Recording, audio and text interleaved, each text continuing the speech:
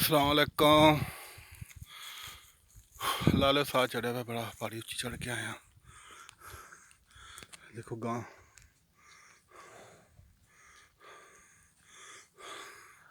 अरसलान हैदर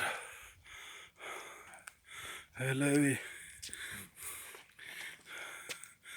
धुंदा के नज़ारे लैन आया मेरे नाल। मौसम के बगैर धुंध है। हाँ मौसम के बगैर धुंध। यहाँ धुंध होती होगी ना।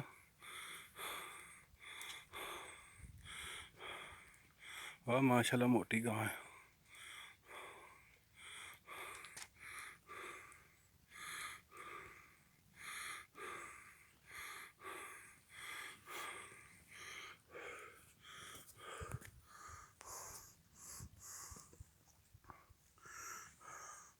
दुआवां की गुजारिश जुल्करनैन हैदर और अरसलान हैदर।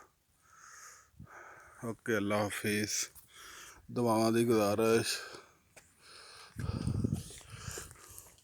ये कि बंद नहीं होया।